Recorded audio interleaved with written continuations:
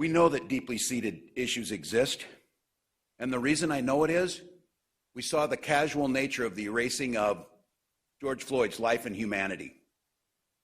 We also know by the reaction of the community, they expected nothing to happen. And the reason is because nothing did happen for so many times. I hear and listen and stood next to mothers who lost their children in this and say so many times, as I heard Mayor Carter say, I've heard others echo, being black should not be a death sentence.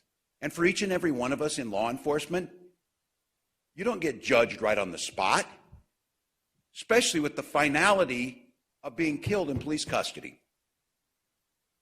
So Minnesotans, you can expect our administration to use every tool at our disposal to try and deconstruct systemic racism that is generations deep.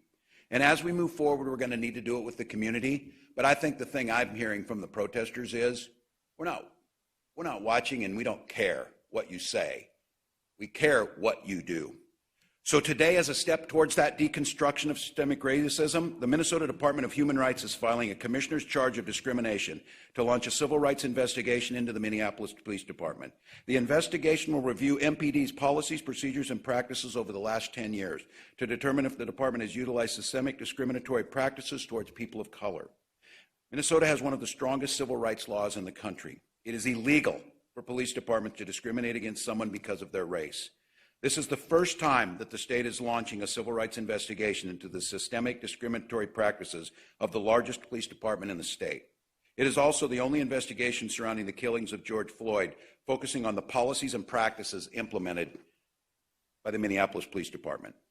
When the Minnesota Department of Human Rights finds civil rights violations, they seek structural change to prevent discrimination from occurring again. The Minnesota Department of Human Rights will also seek an agreement with the Minneapolis Police Department to implement interim measures immediately in advance of long-term measures to address systemic discriminatory practices. This effort is only one of many steps to come in our efforts to restore trust within those communities who have been unseen, unheard, and believe that those that are charged to serve and protect not only don't do that, they work against them. And I say this, as a white man who walks through life with pretty much relative ease, I can't ever know the pain of that back community members.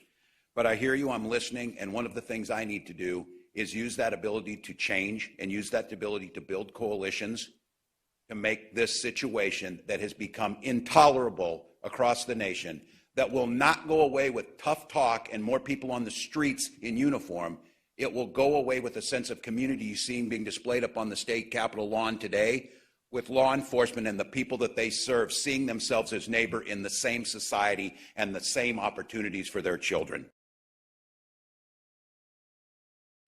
Hey, NBC News viewers, thanks for checking out our YouTube channel. Subscribe by clicking on that button down here and click on any of the videos over here to watch the latest interviews, show highlights, and digital exclusives.